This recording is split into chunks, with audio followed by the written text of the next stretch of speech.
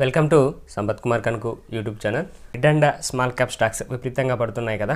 So చాలామందికి ఇప్పుడు confusion ఉంటుంది. సో మ్యూచువల్ ఫండ్స్లో చాలామంది ఎగ్జిట్ అవుతున్నారు.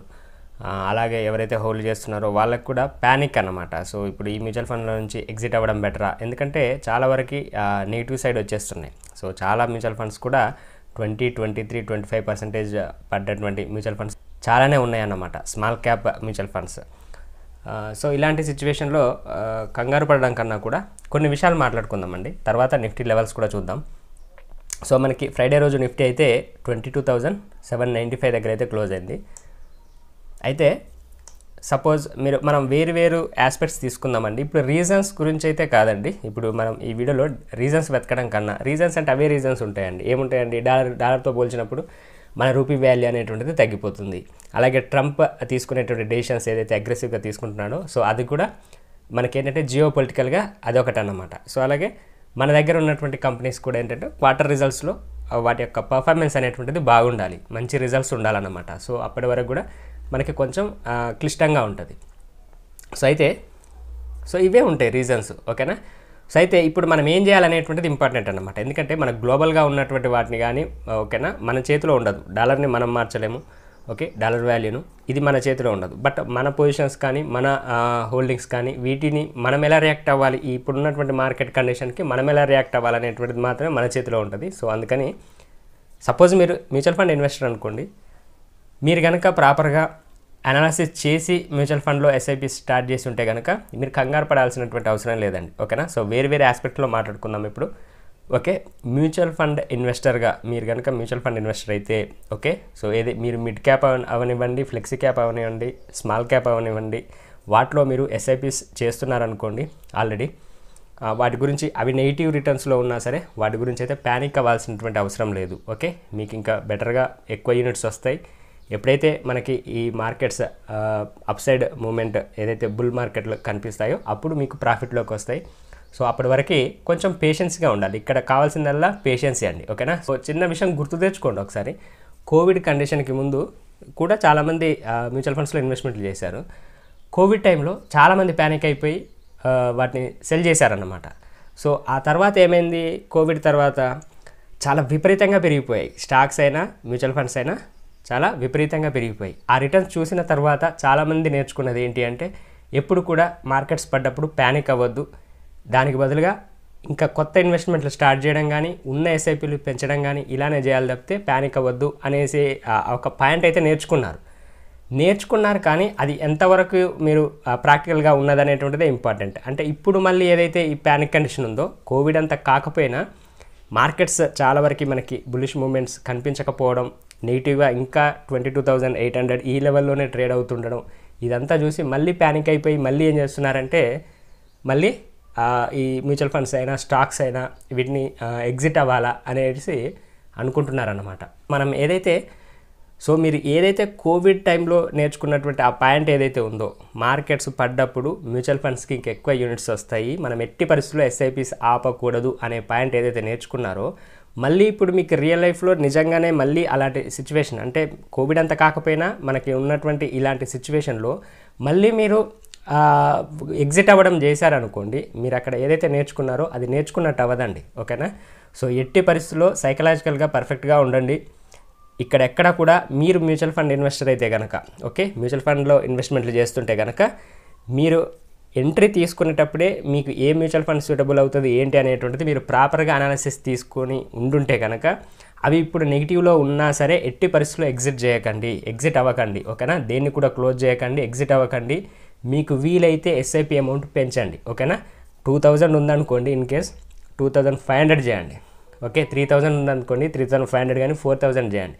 5,000 ఉంటే 7,000 వరకు అలా మీ ఎంత వీలైతే అంత మీరు ఎస్ఐపి అమౌంట్ ఇంక్రీజ్ చేయడానికి ట్రై చేయండి తప్పితే ఉన్న ఎస్ఐపిలను క్లోజ్ చేయకూడదు, ఓకే. ఇది మ్యూచువల్ ఫండ్ ఇన్వెస్టర్లకు సంబంధించండి, ఓకేనా. సో మీరు కొత్తగా ఈ మధ్యగా ఇన్ కేస్ లేదంటే మేము మొన్న రీసెంట్గానే స్టార్ట్ చేస్తాం 2-3 మంత్స్ బ్యాక్, లేదంటే 5-6 మంత్స్ బ్యాక్, ఒక 6 మంత్స్ ఈ మధ్యలోనే స్టార్ట్ చేస్తాం ఎస్ఐపిస్. మేము స్టార్ట్ చేయగానే ఇప్పుడు మార్కెట్స్ ఇలా ఉన్నాయి, నెగిటివ్గా వెళ్ళాయి. మరి మా పరిస్థితి ఏంటి అంటే కనుక మీరు కూడా ఎస్ఐపీలు ఆపొద్దు, ఓకేనా. సో ఎస్ఐపీస్ కంటిన్యూ చేయండి. మీకు ఒకటే క్లారిటీ ఉండాలి, మీరు ఏదైతే మ్యూచువల్ ఫండ్ సెలెక్ట్ చేసుకున్నారో సెలెక్ట్ చేసుకునేటప్పుడు ప్రాపర్గా సెలెక్ట్ చేసుకున్నారా లేదా, ప్రాపర్ అనాలిసిస్ చేశారా లేదా, మీ అనాలిసిస్ కనుక కరెక్ట్ అయ్యి ఉంటే ఇప్పుడు నెగిటివ్లో ఉన్నా సరే మీరు ఎగ్జిట్ అవ్వకూడదు ఎస్ఐపీలు. ఓకే, ఎస్ఐపీలు అయినా సరే లంప్ సమ్ అమౌంట్ అయినా సరే మీరు ఎగ్జిట్ అవ్వకండి మ్యూచువల్ ఫండ్స్ నుంచి. ఓకేనా, సో ఇది క్లియర్ అండి. మ్యూచువల్ ఫండ్స్ అయిపోయిన తర్వాత ఇంకా ఈ ప్యానిక్ కండిషన్ ఇంకెవరెవరికి ఉంటుందండి, స్టాక్ మార్కెట్లో ఇన్వెస్ట్మెంట్ చేసేటువంటి స్టాక్స్లో ఇన్వెస్ట్మెంట్ చేస్తారు చూడండి లాంగ్ టర్మ్, వాళ్ళ గురించి మాట్లాడదాం. ఓకేనా, లాంగ్ టర్మ్ ఇన్వెస్టర్స్ స్టాక్స్లో ఎవరైతే ఇన్వెస్ట్మెంట్ చేస్తున్నారో సో వాళ్ళు కూడా మీరు ప్రాపర్ అనాలిసిస్తో చేసుకొని ఉంటే కనుక ఇక్కడ లాంగ్ టర్మ్ ఇన్వెస్టర్స్ ఎవరైనా సరే ప్యానిక్ కావాల్సినటువంటి అవసరం లేదు. ఓకేనా, సో మీకు ఇప్పుడే కాకుండా ఇంకా కొంత మార్కెట్ ఏమైనా పడితే కనుక 22,000కు అలా వెళ్తే కనుక అక్కడ యావరేజ్ చేసుకోవడానికి ప్రయత్నించడం తప్పితే మీరు కూడా ప్యానిక్ కావాల్సినటువంటి అవసరం లేదు. ఎవరు, లాంగ్ టర్మ్ ఇన్వెస్టర్స్, స్టాక్స్లో లాంగ్ టర్మ్ ఇన్వెస్ట్మెంట్ చేసేటువంటి వాళ్ళు. ఇక నెక్స్ట్ వచ్చేసరికి షార్ట్ టర్మ్ ఇన్వెస్టర్స్ ఉంటారు. ఓకేనా, సో షార్ట్ టర్మ్ ఇన్వెస్టర్స్ అయితే కనుక సో మీరు ఏదైతే ప్రాపర్గా షార్ట్ టర్మ్ ఇన్వెస్ట్మెంట్కి ఒక స్టాప్ లాస్ అనుకొని ఉండుంటారో ఆ లెవెల్ దగ్గరికి వచ్చి ఉంటే కనుక ఎగ్జిట్ అవ్వడం బెటర్ అండి. ఓకేనా, సో ఎవరైతే స్టాక్స్లో షార్ట్ టర్మ్ కోసం ఇన్వెస్ట్మెంట్ చేస్తున్నారో అలాంటి వాళ్ళు లాస్లో ఉండుంటే కనుక, స్టాక్స్లో ఇన్వెస్ట్మెంట్ చేసి లాస్లో ఉండుంటే కనుక మీరు ఒకటి అనుకొని ఉంటుంటారు కదా ఈ లెవెల్ వద్దకు, అంటే ఈ లెవెల్ దగ్గరికి వస్తే అక్కడ ఎగ్జిట్ అవుతా అని అనుకొని ఉంటారు కదా ఎంట్రీ తీసుకునేటప్పుడు, ఆ లెవెల్ దగ్గరికి ఆల్రెడీ వచ్చి ఉంటే కనుక మీరు ఎగ్జిట్ అవ్వడం బెటర్ అండి. ఓకేనా, ఓకే, సో నెక్స్ట్ ఎవరైతే స్వింగ్ ట్రేడింగ్ ఉంది చూడండి, స్వింగ్ ట్రేడింగ్ కోసం ఎవరైతే ట్రేడ్ చేస్తున్నారో స్వింగ్ ట్రేడింగ్ తెలుసు కదా, సో అలాంటి వాళ్ళు ఎవరైనా స్టాక్స్లో ఇన్వెస్ట్మెంట్ చేసి ఉంటే కనుక మీ స్వింగ్ ట్రేడింగ్ ప్రకారం ఎక్కడైతే మీరు స్టాప్ లాస్ పెట్టారో వీళ్ళు కూడా ఆ స్టాప్ లాస్ ప్రకారం ఎగ్జిట్ అవ్వండి. సో మీరు సింపుల్గా గుర్తుపెట్టుకోండి, ఇలాంటి ప్యానిక్ కండిషన్లో మీకు మార్కెట్కి సంబంధించి ఏమాత్రం నాలెడ్జ్ ఉన్నా సరే ఇలాంటి టైంలో స్వింగ్ ట్రేడింగ్ చెయ్యరు. మీకు ఏమాత్రం స్టాక్ మార్కెట్కి సంబంధించి నాలెడ్జ్ ఉన్నా సరే ఇలాంటి కండిషన్లో స్వింగ్ ట్రేడింగ్ చేయరండి. ఓకేనా, సో ఆల్రెడీ ఎవరైనా తీసుకొని ఉంటే కనుక స్టాక్స్లో స్వింగ్ ట్రేడింగ్ కోసం మీరు వీలైనంత త్వరగా ఎగ్జిట్ అవ్వడం బెటర్ అన్నమాట. ఓకేనా, సో ఇలాంటి సిచ్యువేషన్లో స్వింగ్ ట్రేడింగ్ చేయకండి.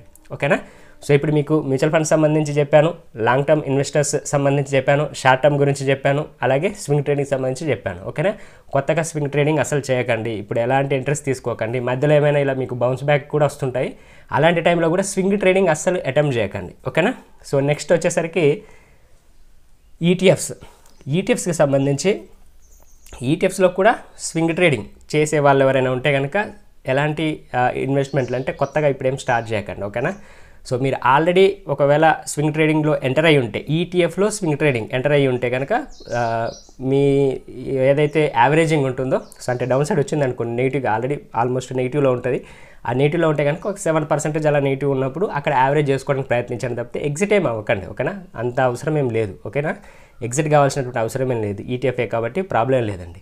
ఈటీఎఫ్స్లో మీరు స్వింగ్ అయినా సరే, లేదు షార్ట్ టర్మ్ అయినా సరే, లేదు లాంగ్ టర్మ్ అయినా సరే, ఈ ముగ్గురు కూడా ఎగ్జిట్ కావాల్సినటువంటి అవసరం లేదు. ఓకే, సో ఈటీఎఫ్స్లో మీరు ఇన్వెస్ట్మెంట్ చేసి ఉంటే కనుక ఎగ్జిట్ కావాల్సినటువంటి అవసరం లేదు, ఓపికగా వెయిట్ చేయండి. ఓకేనా, సో లాంగ్ టర్మ్ ఇన్వెస్టర్స్ ఎలాగూ పడ్డప్పుడల్లా ఇన్వెస్ట్మెంట్ ఇంకా కొంచెం ఇంక్రీజ్ చేసుకుంటూ పోతుంటారు. ఓకేనా, ఈటీఎఫ్స్లో వాళ్ళ క్వాంటిటీ అనేటువంటిది ఇంకొంత యాడ్ చేసుకుంటూ పోతారు, ప్రాబ్లం ఉండదు. షార్ట్ టర్మ్ కూడా అలాగే యాడ్ చేస్తుంటారు, వాళ్ళతో ప్రాబ్లం ఏమి ఉండదు. ఇంకా ఎవరికి ప్రాబ్లం ఉంటుందంటే స్వింగ్ అంటే ఒక 10 డేస్కి 15 డేస్కి 1 మంత్కి అలా చూస్తారు చూడండి, అలాంటి వాళ్ళకే ఎక్కడైనా స్టక్ అయి ఉంటే, ఓకేనా, స్టక్ అయి ఉంటే కనుక కంగారు పడవద్దు. ఓకేనా, సో కంగారు పడకుండా కొంత టైం పట్టవచ్చు. ఓకేనా, టైం పట్టవచ్చు.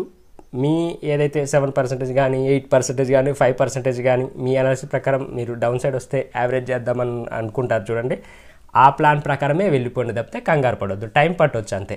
ఓకే, సో వీటి గురించి కంగారు పడనక్కర్లేదు. మీరు స్టాక్స్లో స్వింగ్ ట్రేడింగ్ చేస్తే భయపడాలి తప్పితే ఈటీఎఫ్లో అయితే భయం లేదు.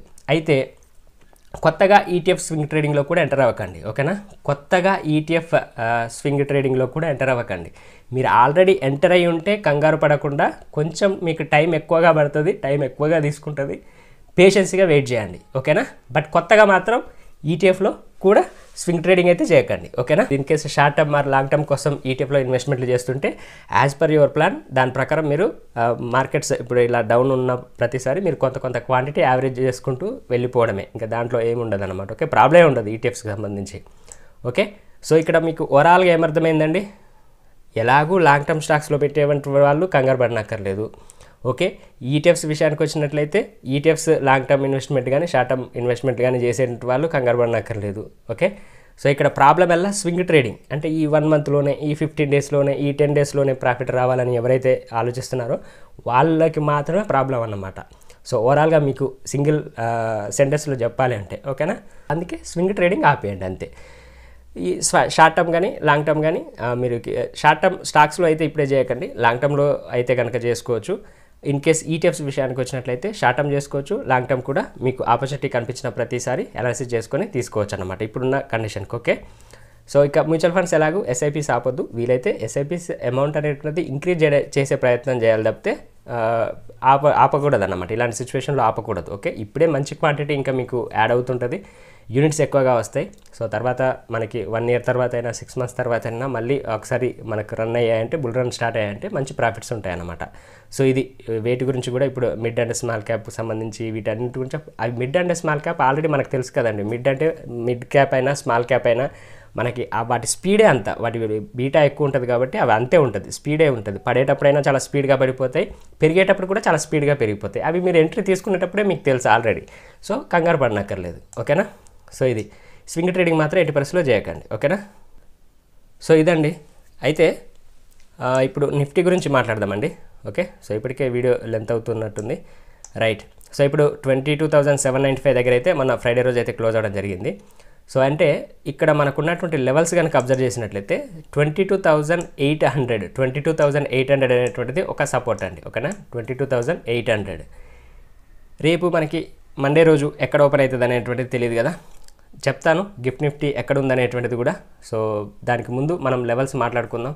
ఇన్ కేస్ ఈ లెవెల్లో ఇక్కడ ఎక్కడైనా ఓపెన్ అయింది అనుకోండి, డౌన్ సైడ్ ఒక మంచి మనకి సపోర్ట్ అయితే ఉంది. నెక్స్ట్ 22,725 అండి. ఓకే, సో ఇది సపోర్ట్ 2 అనుకుందాం. ఓకే, 22,800, 22,725. ఓకే, ఇన్ కేస్ ఒకవేళ ఇది కూడా బ్రేక్ డౌన్ అయిందనుకోండి, రేపు మనకి మళ్ళీ 22,526 అంటే 22,500 నుంచి 525 అనుకోండి.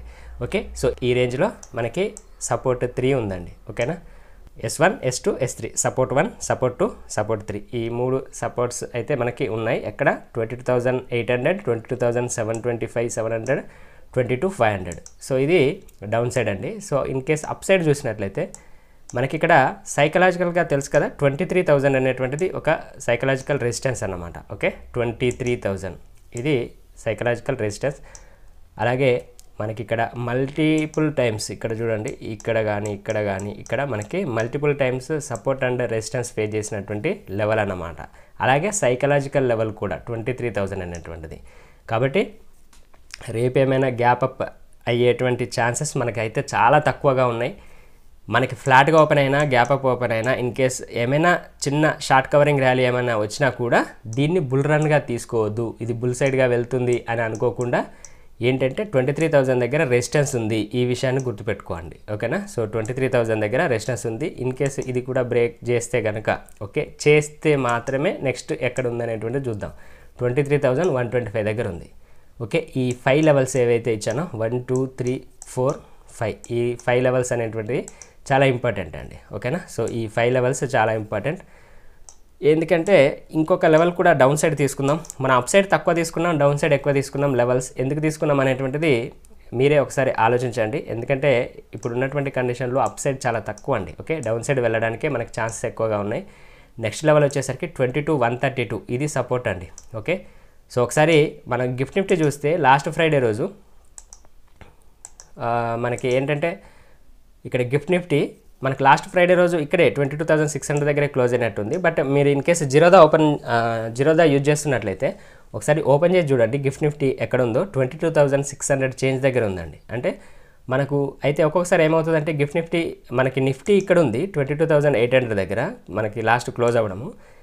తర్వాత ఏంటంటే మనకి గిఫ్ట్ నిఫ్టీ వచ్చేసరికి 22,600 చేంజ్ ఉంది. ఓకే, సో అంటే ఆల్మోస్ట్ ఒక 180 పాయింట్స్ నెగిటివ్లో ఉంది, 180 to 200 పాయింట్స్ నెగిటివ్లో ఉంది. ఓకే, సో అయితే రేపు మళ్ళీ మార్నింగ్ ఓపెన్ అవుతుంది కదా గిఫ్ట్ నిఫ్టీ. ఓకే, రేపు మార్నింగ్ ఓపెన్ అవుతుంది కదా 7 తర్వాత, అప్పుడు ఒకసారి చూడండి. అలాగే గిఫ్ట్ నిఫ్టీ 22,600 దగ్గర కానీ ఇలానే ఉందనుకోండి, మన నిఫ్టీ కూడా 150 నుంచి 200 -150 నుంచి 200 పాయింట్స్ నెగిటివ్గా అంటే గ్యాప్ డౌన్ ఓపెన్ అవ్వడానికి ఛాన్సెస్ ఉంటాయన్నమాట. ఓకే, ఒకవేళ ఒక్కొక్కసారి ఏమవుతుందంటే ఇలా ఇప్పుడు మనకి ఫ్రైడే రోజు ఇలా నెగిటివ్గా కనిపించినప్పటికీ గిఫ్ట్ నిఫ్టీ 22,600 ఈ రేంజ్లో ఉంది కదా. ఓకే, సో ఈ రేంజ్లో మనకు కనిపిస్తుంది. ఓకే, ఇలా కనిపించి ఏం చేస్తుందంటే మళ్ళీ మండే మార్కెట్ మనకి గిఫ్ట్ నిఫ్టీ ఏదైతే ఉందో 7కి అలా ఓపెన్ అవుతుంది కదా, అప్పుడు మళ్ళీ రికవరీ కనిపిస్తుంది. మళ్ళీ 22,700 దగ్గర కానీ 800 దగ్గర కానీ వచ్చేస్తుంది అన్నమాట. సో ఇలా వస్తేనేమో ఫ్లాట్గా ఓపెన్ అవుతుంది మనకి మార్కెట్. ఓకే, సో అలా కాకుండా ఈ లెవెల్ దగ్గరే ఉంది, లేదంటే ఇంకా డౌన్ కూడా వెళ్ళిపోతుంది అని కనుక మీకు రేపు మార్నింగ్ కనిపిస్తే, జిరోదాలో కనిపిస్తుంది చూడండి ఒకసారి. జిరోదాలో గిఫ్ట్ నిఫ్టీ వాచ్ లిస్ట్లో యాడ్ చేసుకొని ఒకసారి చూడండి రేపు. ఇప్పుడు మీరు చూసినా కూడా 22,600 దగ్గర ఉంటుంది చూడండి. రేపు కూడా చూడండి, చూసినప్పుడు అదేమైనా ఇలా డౌన్లో ఉంటే కనుక రేపు హ్యూజ్ గ్యాప్ డౌన్ అయ్యేటువంటి ఛాన్సెస్ చాలా చాలా ఎక్కువగా ఉంటాయి అన్నమాట. ఓకే, సో రేపు గిఫ్ట్ నిఫ్టీ రికవరీ కాలేదంటే కనుక చాలా కష్టం. ఓకే, సో అది దృష్టిలో పెట్టుకొని జాగ్రత్తగా కాషియస్గా ఉండాల్సి ఉంటుంది రేపు. ఓకే, సో ఈ లెవెల్స్ అయితే మీ ఇంపార్టెంట్ లెవెల్స్ అన్నమాట. అది ఎక్కడ ఓపెన్ అవుతుంది అనే దాన్ని బట్టి మనకు దాని కింద ఉన్నటువంటి లెవెల్ సపోర్ట్ గాను, అప్ సైడ్ ఉన్నటువంటిది రెసిస్టెన్స్ గాను ఉంటుంది. సో ఇది ఈ వీడియో మీకు యూస్ఫుల్ అనిపిస్తే డెఫినెట్గా లైక్ చేసి షేర్ చేయండి. Thank you.